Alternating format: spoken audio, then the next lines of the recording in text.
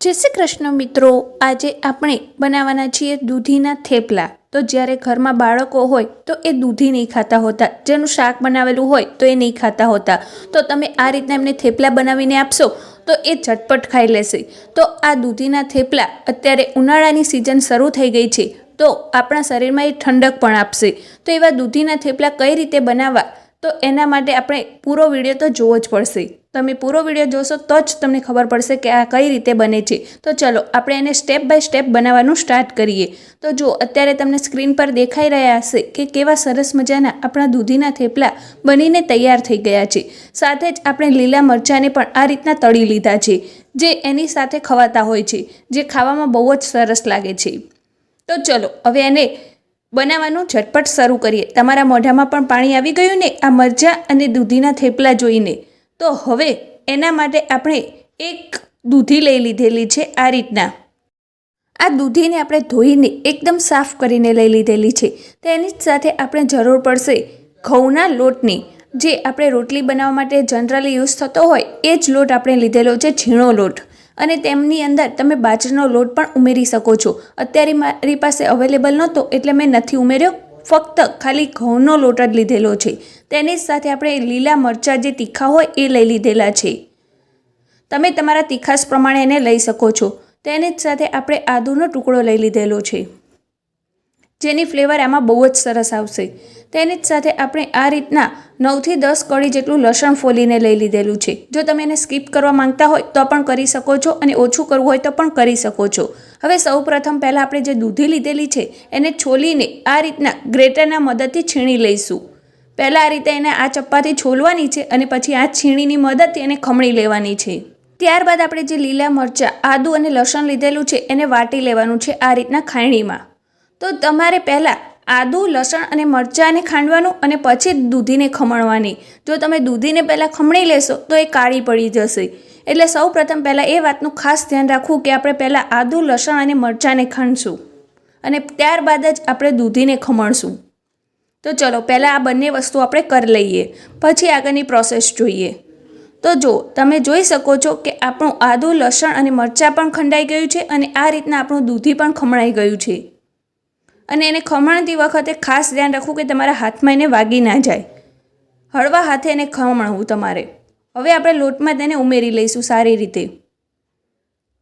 સૌ પ્રથમ પહેલાં આપણે દૂધીને એડ કરી દઈશું એ કાળી પડે પહેલાં, અને આ રીતના કાળી પડી જતી હોય અને તમારે હજી બનાવવાની વાર હોય તો એને તમે પાણીમાં પણ ઉમેરી શકો છો। જો આ રીતના એને સારી રીતે પહેલાં લોટ સાથે મિક્સ કરી લેવી દૂધીને। એનું આપણે કોઈ પણ પાણી નિતારીને એડ કર્યું નથી, અને એ જ રીતના આપણે જે કન્ડિશનમાં હતી એ જ રીતે એને ઉમેરી દીધી છે। હવે પછી આપણે એમાં જે આદુ, લસણ અને મરચાં ખાંડીને રાખ્યું છે તે એમાં એડ કરી દઈશું। જો આ રીતના એને સારી રીતે મિક્સ કરી લઈશું આપણે। અને ત્યારબાદ આપણી જે ખાયણી છે એમાં પણ આપણે પાણી ઉમેરી દીધું છે, જે આપણે લોટ બાંધવામાં યુઝમાં લઈ લઈશું, એટલે આપણી જે તીખાશ હોય એ એમાં આવી જાય। હવે આપણો જે લોટ છે એમાં જે દૂધી અને લસણ, આદુ અને મરચાંની પેસ્ટ છે એ સારી રીતે મિક્સ થઈ ગઈ છે, એટલે આમાં મસાલો કરશું। મસાલામાં સૌથી પહેલાં આપણે ગરમ મસાલો એડ કર્યો છે, ત્યારબાદ આપણે લાલ મરચું પાવડર એડ કરીશું, અને આપણે આગળ પણ લીલા મરચાં ઉમેર્યા છે એટલે તીખાશ તમારા પ્રમાણે એડ કરવી, ઓછી વધતી કરવી। તેની જ સાથે ધાણા જીરું પાવડર ઉમેરીશું। તેની જ સાથે આપણે સફેદ તલ લઈ લીધેલા છે।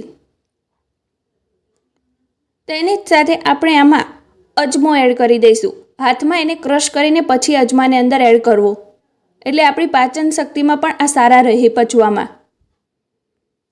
હવે આપણે એમાં હળદર પાવડર ઉમેરી દઈશું। આપણે હળદર પાવડરને આ બધું જ સારી રીતે મિક્સ થઈ જાય પછી આ બધા મસાલાને બેલેન્સ કરવા માટે અંદર ખાંડ ઉમેરી દઈશું। જો તમારે સ્કીપ કરવી હોય તો પણ કરી શકો છો। હવે આપણે ખાંડ ઉમેરી જાય પછી આપણે ટેસ્ટ અનુસાર મીઠું ઉમેરીશું। તમારા ઘરમાં જે રીતના મીઠું ખાતા હોય એ રીતના તમારે પ્લસ માઇનસ કરીને મીઠું ઉમેરવાનું છે, અને પછી આ બધી જ વસ્તુને આપણે સારી રીતે મસાલાને મિક્સ કરી લઈશું લોટ સાથે।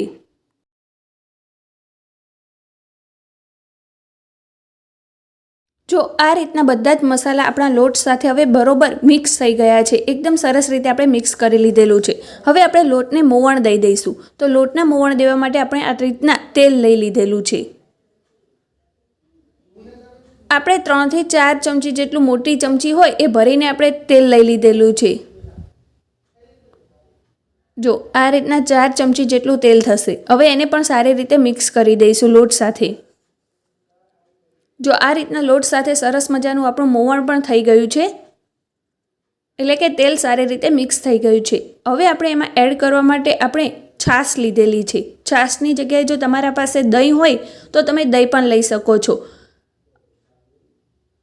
દહીં ઉમેરશો તો પણ ચાલશે અને છાશ ઉમેરશો તો પણ ચાલશે. ગમે તે એક વસ્તુ તમારે ઉમેરવાની છે બંનેમાંથી. તેનાથી તમારા જે દૂધીના થેપલા છે એકદમ મસ્ત પોચા બનશે. અને તેની જ સાથે થોડું થોડું પાણી ઉમેરતા જઈને આ રીતના લોટ બાંધી લેવાનો છે. બહુ ઢીલો પણ નહીં અને બહુ કાઠો પણ નહીં, એ રીતના આપણો લોટ બંધાઈને તૈયાર થઈ ગયો છે. હવે આપણે ઉપરથી થોડુંક તેલ ઉમેરી એને સારી રીતે મસળી લઈશું 2 મિનિટ સુધી. અને પછી એને ઢાંકીને 10 મિનિટ સુધી રેસ્ટ આપી દઈશું. અને પછી જ આપણે થેપલા બનાવવાનું સ્ટાર્ટ કરીશું. હવે 10 મિનિટ પછી આપણે જોઈએ આપણા લોટને, તો એને સરસ મજાનો રેસ્ટ કરી લીધેલો છે. હવે આપણે આમાંથી થેપલા બનાવીશું. જો તમે આ રીતના રેસ્ટ આપશો તો તમારા થેપલા પણ બહુ જ સરસ બનશે. તો જો આ રીતના હવે આપણા લોટમાંથી એક લુઓ લઈ લઈશું. અને આપણે થેપલા વણવાનું સ્ટાર્ટ કરીએ પહેલાં આ રીતના એક લોખંડનો તવો લઈ લીધેલો છે, જેને મીડિયમ ગેસ ઉપર ગરમ કરવા પણ સાથે મૂકી દીધેલો છે. એટલે એ પણ આપણો તવો સરસ મજાનો ગરમ થતો થાય ત્યાં સુધી. અને હવે આપણા જે લોટ છે એમાંથી એક લુઓ લઈ લઈશું. જેટલું તમારે થેપલું વણવું હોય એ રીતના તમારે લુઓ લેવાનો છે. નાનો મોટો જે સાઈઝનો વણવો હોય એ રીતના. આપણે અત્યારે મીડિયમ સાઈઝનું થેપલું વણીને તૈયાર કરીશું. અને સાથે આપણે થેપલું વણવા માટે કોરો લોટ પણ લઈ લીધેલો છે. જે ઘઉંનો લોટ હોય એ જ લીધેલો છે આપણે. હવે આમાંથી એક મસ્ત મજાનો એક લુઓ લઈ લઈએ અને એને આ રીતના મસ્ત મજાનો વાળીને અને એમાંથી થેપલું વણીને તૈયાર કરીશું. જો આ રીતના લઈ લીધા પછી એને થોડુંક ડીપ કરવાનું કોરા લોટમાં અને પછી વણવાનું એને. એટલે તમારું પાટલી ઉપર એ જરા પણ ચોંટશે નહીં. તો જો આ રીતના આપણું થેપલું વણીને તૈયાર થઈ ગયું છે. અને આપણે થોડુંક જાડું રાખ્યું છે, મીડિયમ સાઇઝમાં, બહુ પતલું નહીં કરી દેવાનું. અને ઉપર જે કોરો લોટ ચોંટ્યો છે એને હાથની મદદથી આ રીતના ખંખેરી લેવો થોડો. હવે આપણે ચેક કરીએ તો આપણો તવો પણ ગરમ થઈ ગયો છે. આ રીતના થોડોક હાથ ઊંચો રાખવાનો, અડાડી નહીં દેવાનો તમારે તવી સાથે, એને થોડોક ઊંચો રાખવાનો. એટલે તમને ગરમ હીટ આવશે, એટલે તમને ખબર પડી જશે કે તમારો તવો ગરમ થઈ ગયો છે. એટલે તમારે એમાં આ દૂધીનું જે થેપલું વણીને તૈયાર કર્યું છે એ એડ કરી દેવાનું છે આ રીતના. અને એને નીચેની સાઈડ ગોલ્ડન બ્રાઉન થાય ત્યાં સુધી કરવાનું છે. તો જોઈએ તો આપણું જો ગોલ્ડન બ્રાઉનની મસ્ત મજાની ડિઝાઇન પડી ગઈ છે આપણા થેપલા ઉપર. આ રીતના નીચે પણ કરી લેવાની. તો જો 1 મિનિટ જેટલો સમય લાગશે તમારે. સારી રીતના તવી ગરમ હશે તો તમારે 1 મિનિટ જેટલો સમય લાગશે બંને સાઈડ આવી રીતના ડિઝાઇન આવતા. પછી બંને સાઈડ આ રીતના ડિઝાઇન આવી જાય એટલે આ રીતના તેલ ઉમેરી એને શેકી લેવાનું છે. જો આ રીતના તવીથેના મદદથી ચારે બાજુ એને તેલથી ગ્રીસ કરી લેવાનું અને પછી એને સારી રીતે બંને બાજુથી શેકી લેવાનું છે. જો આપણો લોટ સરસ બંધાયો હતો એટલે આપણા જે થેપલા છે એકદમ ફૂલીને તૈયાર થાય છે. એની જાતે જે ફૂલવા લાગ્યા છે જો તવા ઉપર. જો કેટલા સરસ મજાના આપણા દૂધીના થેપલા બનીને તૈયાર થઈ ગયા છે. તમને જો આ રેસીપીનો વિડીયો પસંદ આવે તો એને એક લાઇક જરૂર કરી દેજો. અને આગળ તમે કઈ રેસીપીનો વિડીયો જોવા માંગો છો એ પણ મને કમેન્ટ બોક્સમાં લખીને જરૂરથી બતાવજો. અને વી આર ક્રેઝી ચેનલ ઉપર તમે નવા આવ્યા હોય અને હજી સુધી તેને સબસ્ક્રાઈબ ના કરી હોય તો એને સબસ્ક્રાઈબ જરૂર કરી દેજો. તો જો કેટલું સરસ મજાનું આપણું દૂધીનું થેપલું બનીને તૈયાર થઈ ગયું છે. હવે આ જ રીતના કરતાં આપણે જે લોટ બાંધેલો છે એમાંથી બધા જ થેપલા બનાવીને આપણે તૈયાર કરી લઈશું. તો જો આ રીતના આપણે શરૂઆત કરી દીધી છે હવે થેપલા બનાવવાની. અને આપણું હવે લાસ્ટ થેપલું છે બનવાનું. તો એની ઉપર પણ આપણે આ રીતના તેલ લગાવી દઈશું અને એને શેકી લઈશું સારી રીતે થેપલાને. આપણે આ લોટમાંથી બધા થેપલા બનાવી લીધા છે. અને આ થેપલા બનાવતા મારે 30 થી 35 મિનિટ જેટલો સમય લાગ્યો છે આ લોટમાંથી બધા થેપલા બનાવતા. જો આ રીતના સરસ મજાનું શેકવું બહુ જ જરૂરી છે. આ રીતના તમે મેથીના થેપલા પણ બનાવી શકો છો અને એ કેવી રીતે બનાવવા તેનો વિડીયો પણ આપણી ચેનલમાં અપલોડ કરેલો છે, ત્યાં પણ તમે જોઈ શકો છો. તો જો આ રીતના આપણા બધા જ દૂધીના થેપલા બનીને તૈયાર થઈ ગયા છે. હવે આને તમે અથાણા સાથે પણ ખાઈ શકો છો, ચા સાથે પણ ખાઈ શકો છો અને તમે પ્રવાસ ઉપર જતા હોય તો એને ટ્રીપ પર પણ તમે લઈ જઈ શકો છો. આને 3 થી 4 દિવસ સુધી કશું જ થતું નથી. હવે આની સાથે ખવાતા આપણે લીલા મરચાંને તળી લઈશું. તો આપણે આ રીતના તવો ગરમ હતો એટલે એની ઉપર જ એડ કરી દીધા છે અને ઉપર તેલ ઉમેરી દીધું છે અને હવે આની ઉપર થોડુંક આપણે મીઠું લગાવી લઈશું. એની ઉપર આપણે મીઠું સ્પ્રિંકલ કરી લીધેલું છે આ રીતના થોડું.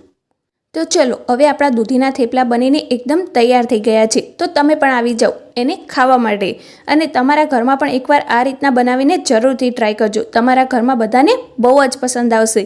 અને આગળ આવી જ અવનવી રેસીપીનો વિડીયો જોવા માટે વી આર ક્રેઝી ચેનલને તમે સબસ્ક્રાઈબ ના કરી હોય તો એને સબસ્ક્રાઈબ જરૂર કરી દેજો. અને હવે આપણે મળીએ એક નવી જ રેસીપીના વિડીયો સાથે. ત્યાં સુધી બાય બાય, ટેક કેર.